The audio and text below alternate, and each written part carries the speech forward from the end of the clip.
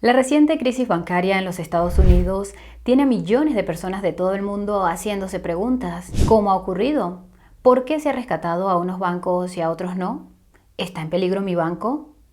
Estas preguntas han sido respondidas durante más de 8 horas en 2 audiencias a los reguladores de los Estados Unidos que estaban en primera línea cuando se produjo el hundimiento de los bancos. Lo que han dicho ha revelado algunas cuestiones preocupantes sobre el sistema bancario. Hoy vamos a resumir estas audiencias, explicar lo que se ha dicho en ellas y decirte lo que podrían significar para el futuro del sistema bancario. Este es un vídeo que no querrás perderte. Vamos a ser breves por cuestión de tiempo. Por ello tendremos que omitir algunas partes que de otro modo habríamos incluido. No te preocupes, no omitiremos nada jugoso. No obstante, si te interesa la historia completa, dejaremos, como siempre, el enlace a las 2 audiencias en la descripción. Para contextualizar, tras el hundimiento del Silvergate Bank, del que ya hablamos, el hundimiento del Silicon Valley Bank o SVB, del que ya hablamos, y el cierre del Signature Bank, del que ya hablamos, los políticos de los Estados Unidos exigieron que los reguladores de este país implicados en estos hechos testificaran ante el Congreso. Los reguladores de los Estados Unidos en cuestión son Martin Gruenberg, presidente de la FDIC, que proporciona el seguro de depósitos, Michael Barr, vicepresidente de Supervisión Bancaria de la Reserva Federal, el Banco Central de los Estados Unidos, y Nellie Lang, subsecretaria de Finanzas del Departamento del Tesoro de los Estados Unidos, que gestiona las finanzas del país. Los 3 testificaron hace unos días ante los políticos de los Estados Unidos en el Senado y luego en la Cámara de Representantes. Como ya hemos mencionado, sus testimonios duraron en total más de 8 horas en 2 días. Obviamente hubo bastantes coincidencias en lo que dijeron, pero fueron lo bastante diferentes como para justificar un análisis de ambos. Sin más preámbulos, entremos en materia. La audiencia en el Senado comenzó con las declaraciones de apertura de los principales miembros de la comisión y de los testigos. El presidente del Comité Bancario del Senado, Sherrod Brown, fue el primero en intervenir. Culpó de la crisis bancaria a los inversores de capital riesgo que supuestamente provocaron el hundimiento del SVB tras decir a todo el mundo que sus depósitos corrían peligro. Sherrod también culpó del cierre del Signature a FTX, lo que no tiene sentido dado que las cuentas relacionadas con FTX representaban menos del 1% de los depósitos totales del banco. Si has visto nuestro vídeo sobre lo ocurrido con el Signature, sabrás que fue cerrado por los reguladores anticriptomonedas. Sherrod dio las gracias a estos reguladores por actuar con tanta prudencia y dijo que esta terrible experiencia exige tanto una revisión de las regulaciones bancarias como del seguro de depósitos. También dijo que debe recuperarse cualquier indemnización reciente a los CEOs de los bancos que se hundieron y que quiere que todos ellos testifiquen. El siguiente fue Tim Scott, que subrayó el hecho de que tienen que investigar lo ocurrido antes de empezar a culpar a los CEOs de los bancos o a los reguladores.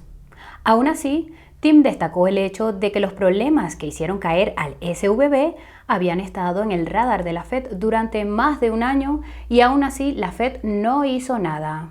Tim culpó de la falta de supervisión de la Fed al hecho de que Michael se centrara en el cambio climático en lugar de en la estabilidad financiera. También argumentó que la crisis bancaria se debe a la inflación provocada por la administración Biden, que dio lugar a tipos de interés más altos, lo que provocó pérdidas no realizadas que aumentaron el riesgo de pánico bancario. En cuanto a los testigos, Martin fue el primero en comparecer. Ofreció una visión general de los acontecimientos ocurridos el fin de semana del 10 de marzo, a saber, el hundimiento del SVB, el cierre del Signature y la protección de los depositantes de ambos bancos mediante la designación de emergencia de bancos de importancia sistémica. Martin reveló que la FDIC publicará en mayo un informe en el que se detallará qué hizo exactamente durante la crisis, qué podría hacer mejor la próxima vez y si debería hacer cambios en el seguro de depósitos. Terminó diciendo que los bancos con más de 100.000 millones en activos son un riesgo para la estabilidad financiera. El siguiente testigo en hablar fue Michael.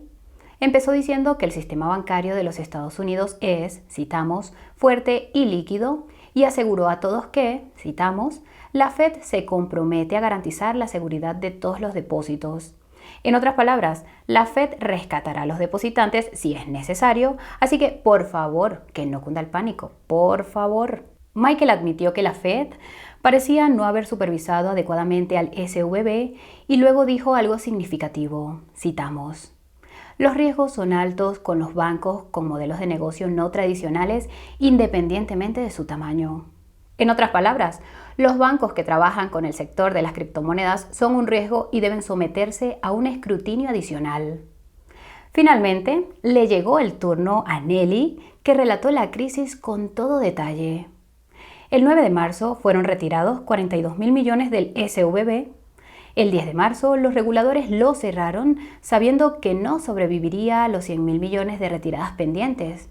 El 12 de marzo cerraron el Signature y rescataron a los depositantes de ambos bancos. Nelly también explicó las medidas que tomaron la Fed y otros reguladores. Además de proteger a los depositantes mediante la designación de importancia sistémica, la Fed introdujo el Programa de Financiación Bancaria a Plazos o BTFP, que permite a los bancos endeudarse con sus garantías para hacer frente a cualquier exceso de retiradas de los clientes. Ten en cuenta que puedes ver nuestro video sobre el hundimiento del SVB si quieres entender exactamente lo que pasó. El enlace estará en la descripción. Una vez terminadas las declaraciones de apertura, comenzó el turno de preguntas. Ten en cuenta que nos hemos saltado a algunos políticos y algunas preguntas, bien porque eran redundantes o porque no merecía la pena tratarlas. El primero en intervenir fue Cerot. Preguntó a Michael si la Fed había cometido algún error, a lo que Michael respondió que sí. La Fed ya sabía que había problemas en el SVB en noviembre de 2021, pero no hizo nada, de ahí que esté investigando. Michael también confirmó que el SVB estaba muy mal gestionado. El segundo fue Tim, que preguntó si había futuro para los bancos pequeños y medianos, dada la fuga de depósitos hacia los bancos más grandes, considerados demasiado grandes para quebrar a causa de la crisis. Martin dijo que los depósitos en los bancos pequeños y medianos se mantienen estables, lo cual no es del todo cierto. En cualquier caso, Martin reveló que dos bancos regionales se habían ofrecido a comprar el SVB el fin de semana de su hundimiento. Esto habría eliminado la necesidad de un rescate externo y podría haber provocado una crisis menor. Tim preguntó por qué no se aceptaron las ofertas. Martin no pudo dar una respuesta clara. Vaya. El tercero fue Mike Crapo, que señaló que la Fed tiene cierta autoridad sobre los bancos pequeños y medianos en virtud de la enmienda de la Ley Dodd-Frank de 2018.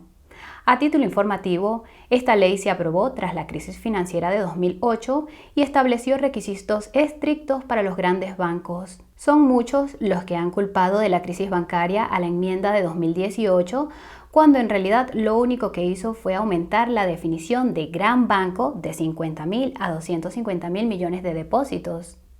La declaración anterior de Martin sobre los bancos con más de 100.000 millones como riesgo para la estabilidad financiera implica que el límite debería ser 100.000 millones, no 250.000 millones.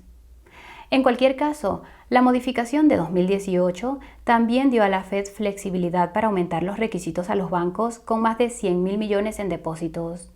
Tanto el SVB como el Signature tenían más de 100.000 millones en depósitos y sin embargo la Fed no utilizó sus poderes para aumentar su supervisión. De hecho, Michael estuvo de acuerdo en que la Fed tenía potencial para hacerlo, pero intentó argumentar que aún no puede perseguir a los bancos pequeños, presumiblemente los que tienen menos de 100.000 millones de depósitos. De nuevo, esto no es relevante porque el SVB y el Signature eran lo suficientemente grandes como para permitir una mayor supervisión de la Fed. La cuarta fue Catherine Cortes Masto, que hizo una buena pregunta. Poco antes de que el SVB se hundiera, sus ejecutivos vendieron millones de dólares en acciones del banco y pocas horas antes de su hundimiento, los empleados recibieron grandes primas. Catherine preguntó si este dinero sería recuperado, es decir, devuelto. Martin eludió la pregunta, pero admitió durante la segunda audiencia que la FEDIC no tiene poder para recuperar estas ventas y primas. En pocas palabras, los empleados del SVB se quedarán con todo el dinero que se dieron a sí mismos antes del hundimiento del banco, algo que a buen seguro sabían. Si te parece preocupante, mira la pregunta de Bob Menéndez. Preguntó a Michael si el hundimiento del SVB y el Signature suponía realmente un riesgo sistémico para el sistema bancario y exigió una respuesta afirmativa o negativa. Michael no dio ni un sí ni un no, ni definió lo que significa riesgo sistémico. El sexto fue John Kennedy, que obligó a Michael a reiterar que la Fed podría haber supervisado más al SVB y al Signature con los poderes discrecionales que se le habían otorgado con la enmienda de la ley Dodd-Frank de 2018.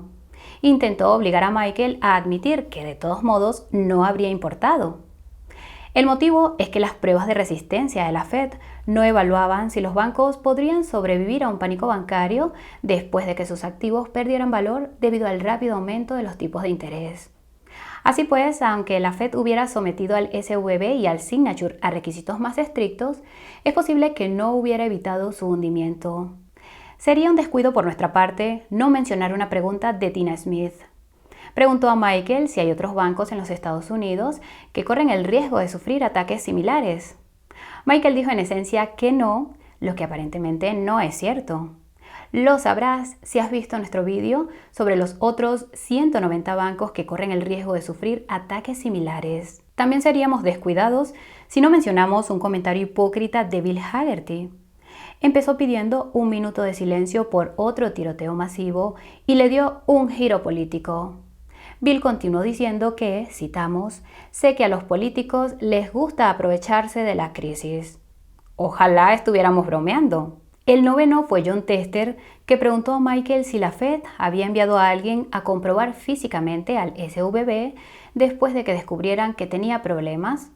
Michael dijo que hubo supervisión durante la pandemia, pero que no podía confirmar si alguien había ido físicamente al SVB. Jon exclamó que no podía creer lo desastroso de la situación. Suponemos que tiene algo que ver con que el CEO del SVB esté en el Consejo de la Fed de San Francisco, pero mejor no vayamos por ahí, de momento. El 10º fue Steve Daines, que subió la temperatura con sus comentarios y preguntas. Fustigó a la Fed por negarse a intensificar su preocupación por el SVB a pesar de que conocía los problemas del banco desde 2019. Date cuenta que esto es mucho antes de la fecha de noviembre de 2021 dada por Michael. Hablando de esto, Steve preguntó a Michael a quemarropa si él u otra persona de la Fed despediría a los empleados que habían sido negligentes. Michael no pudo dar una respuesta, lo que enfadó comprensiblemente a Steve. Uno pensaría que la gente de la Fed es responsable de sus decisiones. Steve preguntó entonces a Michael si había visitado la Fed de San Francisco el año pasado. Michael dijo que no se acordaba y que quizá había aparecido virtualmente. Steve dijo que tenía pruebas de que Michael había estado allí de alguna forma y que se pasó todo el tiempo hablando del cambio climático. Ni una palabra sobre el SVB. Kristen Sinema mantuvo el fuego con sus comentarios y preguntas. Confirmó que la Fed tenía conocimiento de los problemas del SVB desde 2019 y no desde noviembre de 2021 como había afirmado Michael. Esto la llevó a preguntar a Michael cuándo tuvo conocimiento de los problemas del banco. Él respondió que fue a principios de este año. El último senador que analizaremos es Thom Tillis. En realidad no hizo ninguna pregunta. Se limitó a hacer referencia al elefante en la habitación, citamos, no soy un teórico de la conspiración, pero parece que había una estrecha relación entre la Fed de San Francisco y el SVB. Es triste que necesitara decir lo obvio. Si la primera audiencia bancaria pareció corta, es porque lo fue. Solo duró 2 horas y media. La segunda audiencia con los políticos de la Cámara de Representantes es donde la situación se puso caliente. 5 horas y media de interrogatorio a los reguladores de los Estados Unidos. Vamos al grano. Al igual que la audiencia del Senado, la de la Cámara de Representantes comenzó con las declaraciones de apertura de los principales políticos de la comisión y de los testigos, que fueron de nuevo Martin, Michael y Nellie. El presidente de la Comisión de Servicios Financieros de la Cámara, Patrick McHenry, fue el primero en hablar. Al igual que Tim, Patrick subrayó la importancia de comprender lo ocurrido antes de apresurarse a introducir nuevas regulaciones bancarias. Del mismo modo, criticó a Michael por centrarse en el cambio climático en la Fed y afirmó que quiere entender perfectamente cómo respondieron a la crisis los reguladores de los Estados Unidos. A continuación intervino Maxine Waters, que reveló que esta será una de las muchas audiencias de la Cámara sobre la crisis bancaria. Señaló que el SVB había sido el mayor pánico bancario de la historia, pero insistió en que no era el principio de otra crisis financiera. También agradeció a los reguladores su rápida actuación. French Hill y Bill Foster también hicieron breves declaraciones de apertura. French repitió el sólido argumento de que la crisis bancaria se debe en última instancia al excesivo gasto de los gobiernos y a la reacción de la Fed ante la inflación resultante. En cuanto a Bill, se limitó a decir que los pánicos bancarios ocurren mucho más deprisa que antes. En cuanto a los testigos, esta vez Michael fue el primero en intervenir. Básicamente repitió su declaración inicial del día anterior, al igual que Martin y Nelly. La única diferencia es que Martin pareció hacer hincapié en el hecho de que el Signature fue cerrado por los reguladores financieros de Nueva York, no por la FDIC. Una vez concluidas las declaraciones iniciales, comenzó el turno de preguntas y Patrick fue de nuevo el primero en intervenir. Preguntó a los testigos cuándo supieron que el SVB tenía problemas. Todos dijeron que el jueves 9 de marzo, el día anterior a su hundimiento. Esto llevó a Patrick a preguntar sobre una presentación de febrero de la Fed en la que se hablaba de los problemas financieros a los que se enfrentaba el SVB y preguntó a Michael por qué la Fed no actuó antes si sabía que el banco tenía graves problemas. Michael dijo que la Fed estaba haciendo un análisis del banco y no lo terminó a tiempo. El segundo fue French, que dio a Michael cierto respiro con sus comentarios. Recordó a todo el mundo que la Fed no tenía vicepresidente de supervisión entre enero de 2021 y julio de 2022, cuando Michael consiguió el puesto. También recordó a todos que la culpa es fundamentalmente de la Fed de San Francisco. A este respecto, debes saber que Michael fue uno de los arquitectos de la ley Dodd-Frank. Resulta que esta ley incluyó la creación de la vicepresidencia de supervisión de la Fed, que ahora ocupa el propio Michael. Puedes obtener más información sobre su trayectoria en el enlace de la descripción. La tercera fue Nydia Velázquez. Señaló que Jerome había admitido recientemente que la Fed se había planteado dejar de subir los tipos de interés debido a la crisis bancaria. Preguntó a Michael cómo equilibrará la Fed la inflación con la estabilidad financiera. Michael dijo que seguirán dependiendo de los datos. Ten en cuenta que hemos optado por tratar esta pregunta ya que fue literalmente la única sobre política monetaria. También tenemos que tratar los comentarios de Brad Sherman porque fueron cómicamente anticriptomonedas. Brad estaba indignado porque las criptomonedas habían subido en respuesta a la crisis bancaria. Noticia de última hora. No es culpa nuestra que Bitcoin se diseñara literalmente como respuesta a los rescates externos de los bancos que siguieron a la crisis financiera de 2008. Hablando en serio, Bill Huizenga preguntó a Nelly cuándo se harán públicas las actas de las reuniones de emergencia celebradas por el Consejo de Supervisión de la Estabilidad Financiera o FSOC, que incluye a la Fed, el Tesoro y otros reguladores. Nelly no especificó cuándo se harán públicas. Preocupante. La sexta fue Ann Wagner, que obtuvo una respuesta igualmente preocupante a su pregunta. Preguntó a Michael exactamente cuántas advertencias había enviado la Fed al SVB. Michael admitió que le habían enviado alrededor de media docena de advertencias desde 2021 y que la Fed no había intensificado su escrutinio. Ten en cuenta que el hecho de que la Fed no actuara con antelación fue un gran punto de discordia para los políticos de ambos bandos durante las dos audiencias. El séptimo fue Tom Emmer, que especuló con la posibilidad de que la crisis bancaria estuviera relacionada de algún modo con la ofensiva contra las criptomonedas. Preguntó a Martin si la FDIC vendería los criptoactivos del Signature, dado que se había informado que no lo haría. Martin pareció revelar que el sistema de pago Signet ya se había vendido, lo que sorprendió a todo el mundo. Por eso su comentario saltó a los titulares. Por desgracia, Martin no reveló quién había comprado Signet, si es que alguien lo había hecho. Esperemos que no sea un megabanco como JP Morgan. Pero volvamos a Tom. En su honor podemos decir que especuló con que el cierre de Signature se produjo en parte porque Signet es vista como un competidor del sistema de pagos FedNow de la Fed, cuyo lanzamiento está previsto para julio. Esto es algo sobre lo que también hemos especulado y es bueno saber que se ha corrido la voz. El octavo fue Barry Ludermilk. Preguntó a Nelly sobre los mensajes contradictorios de Janet Yellen respecto a la seguridad de los depósitos bancarios. Nelly dijo que el Tesoro hará todo lo necesario para mantener la seguridad de los depósitos y que etiquetará a los bancos pequeños y medianos como de importancia sistémica con este fin si es necesario. Barry pidió a Nelly que explicara cuándo se toma esta decisión, pero por supuesto ella no tenía respuesta. El noveno fue Ralph Norman. Preguntó a los testigos si era correcto considerar que el SVB y el Signature eran de importancia sistémica. Michael explicó que fue una decisión unánime de los reguladores implicados y que fue la decisión correcta. Sin ella, habría sido mucho peor.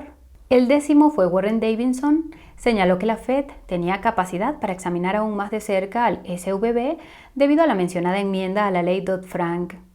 Cuando Michael admitió que no habían hecho uso de estas facultades, Warren proclamó que era el regulador el que había fallado, no las regulaciones bancarias. Warren preguntó entonces a Michael sobre su discurso del día anterior al hundimiento del SVB. Si viste nuestro video al respecto, sabrás que Michael dijo que las monedas estables estaban creando riesgos para la estabilidad financiera, pero al final fueron los bancos los que fallaron. Warren preguntó a Michael si podía retractarse de sus comentarios. Lo único que dijo Michael fue, citamos, "Necesitamos humildad. Si esto te ha parecido picante, piensa en la línea de interrogatorio de Rashida". Preguntó a Michael sobre la venta de acciones por parte de los ejecutivos del SVB y las primas que recibieron los empleados poco antes del hundimiento del banco. Michael dijo que no conocía los detalles, a lo que Rashida dijo, citamos, "¿Cómo pueden saberlo los medios de comunicación y tú no?". Michael no pudo responder. El 12º fue Richie Torres. Dedicó su tiempo a hablar del sector inmobiliario comercial. Para los que no estén familiarizados, la mayoría de los préstamos inmobiliarios comerciales en los Estados Unidos los concedían bancos pequeños y medianos.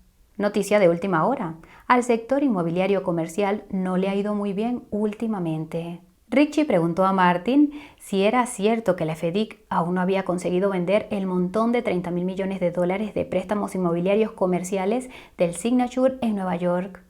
Martin confirmó que así era, lo que lleva a preguntarse qué ocurrirá con los inmuebles comerciales de Nueva York si la FDIC no encuentra comprador.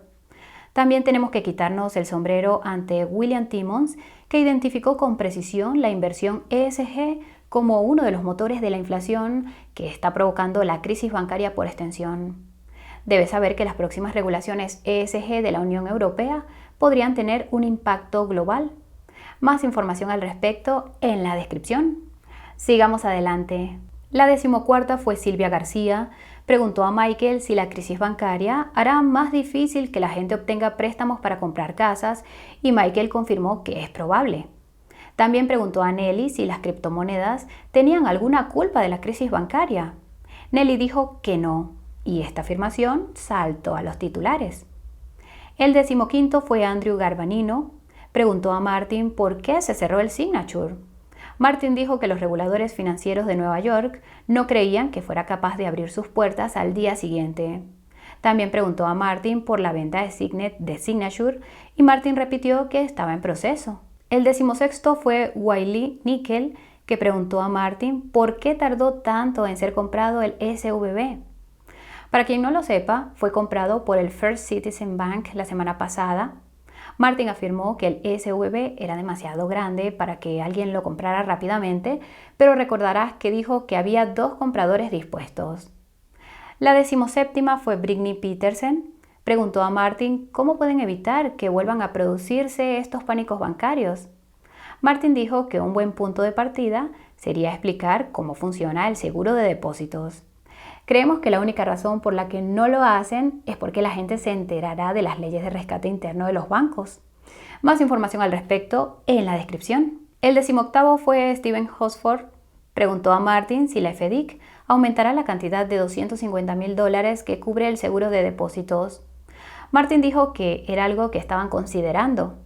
Steven reveló que la gente de su distrito ya está teniendo problemas para conseguir préstamos debido a la crisis.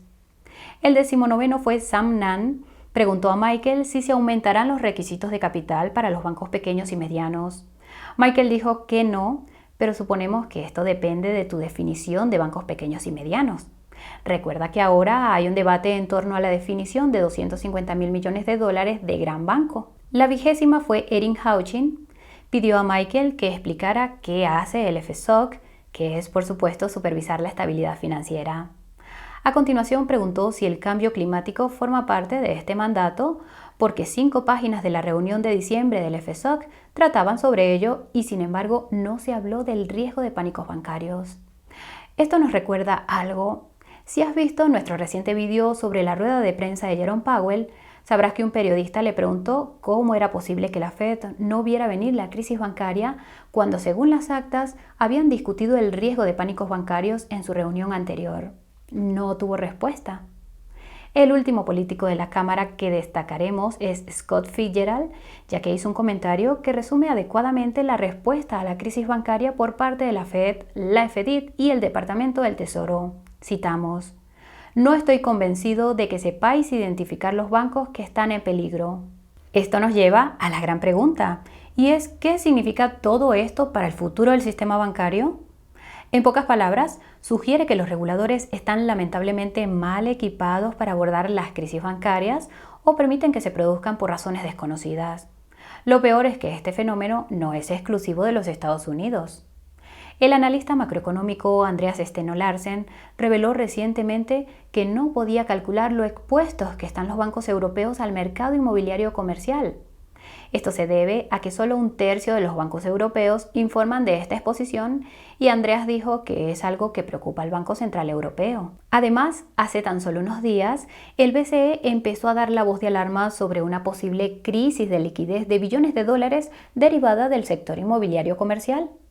En pocas palabras, los inversores podrían intentar salir de los fondos inmobiliarios comerciales europeos, obligándoles a vender sus activos inmobiliarios con enormes pérdidas. Lo creas o no, el BCE aconsejó a los fondos inmobiliarios comerciales que limitaran la cantidad de retiradas de los inversores. Esto es exactamente lo que hizo Blackstone con su propio fondo inmobiliario en los Estados Unidos hace solo unos meses, y subraya lo mal que se está poniendo el sector inmobiliario comercial. Cuando se combina esto con la aparente exposición de los bancos europeos al sector inmobiliario comercial, se prepara el escenario para otra crisis financiera al estilo de 2008, causada por, espacios de oficinas vacíos en su mayoría. Los bancos centrales responderán inevitablemente inundando de dinero el sistema financiero, pero puede que al principio no lo hagan. El motivo es que la inflación es demasiado alta. El estímulo, cuando la inflación sigue siendo alta, provocará más inflación y se corre el riesgo de hiperinflación. Por eso es probable que los bancos centrales intenten tapar el agujero introduciendo otra línea de crédito de emergencia que permita a los bancos utilizar sus préstamos inmobiliarios como garantía. Lo que nos preguntamos es ¿qué ocurre si estos préstamos inmobiliarios no pueden devolverse nunca? Y aquí es donde las cosas podrían ponerse muy feas. En los Estados Unidos existe un tipo de préstamo llamado préstamo sin recurso. Los préstamos sin recurso son muy comunes en el sector inmobiliario comercial y así es como funcionan. Supongamos que pides un préstamo de 10 millones de dólares para comprar un edificio de apartamentos. Imagina que el valor del edificio baja a 7.5 millones y que no puedes hacer frente a los pagos del préstamo por el motivo que sea. Incumples y el banco embarga y revende el edificio a otra persona. Con un préstamo normal, seguirías debiendo al banco 2.5 millones porque el edificio que el banco recuperó solo vale 7.5 millones y tú pediste prestados 10 millones. Sin embargo, con los préstamos sin recurso, el banco se apropia del edificio y no tienes que devolver la diferencia, solo pierdes el edificio. Así pues, nos surge una pregunta. ¿Qué ocurre si la Fed se convierte de repente en propietaria de un montón de préstamos sin recurso? Lógicamente, tendrá que asumir las pérdidas de estos préstamos. En un escenario en el que el sector inmobiliario comercial es destrozado, el gobierno se convierte en uno de los mayores propietarios. Podríamos ver cómo ocurre lo mismo en otros lugares del mundo. Lo más probable es que los gobiernos conviertan estos inmuebles en viviendas de bajo coste, algo que la gente desea desesperadamente. Se pasaría de cubículos en oficinas a cubículos para vivir. Eso se parece mucho al gran reinicio. Más información al respecto en la descripción. Y hasta aquí el vídeo de hoy. Si lo has visto hasta el final, creemos que ha sido lo suficientemente bueno como para merecer un me gusta. Quizá incluso lo suficientemente bueno como para que te suscribas al canal y hagas sonar esa campanita de notificación para no perderte el próximo. Tal vez incluso lo compartas con tus amigos y familiares, lo cual sería estupendo. Si por casualidad estás buscando un monedero hardware para almacenar algunos activos digitales que no puedan ser confiscados, puedes consultar la página de ofertas de Coinburo en la descripción para conseguir un jugoso descuento. También encontrarás incentivos de miles de dólares para los principales exchanges de criptomonedas si creas una cuenta.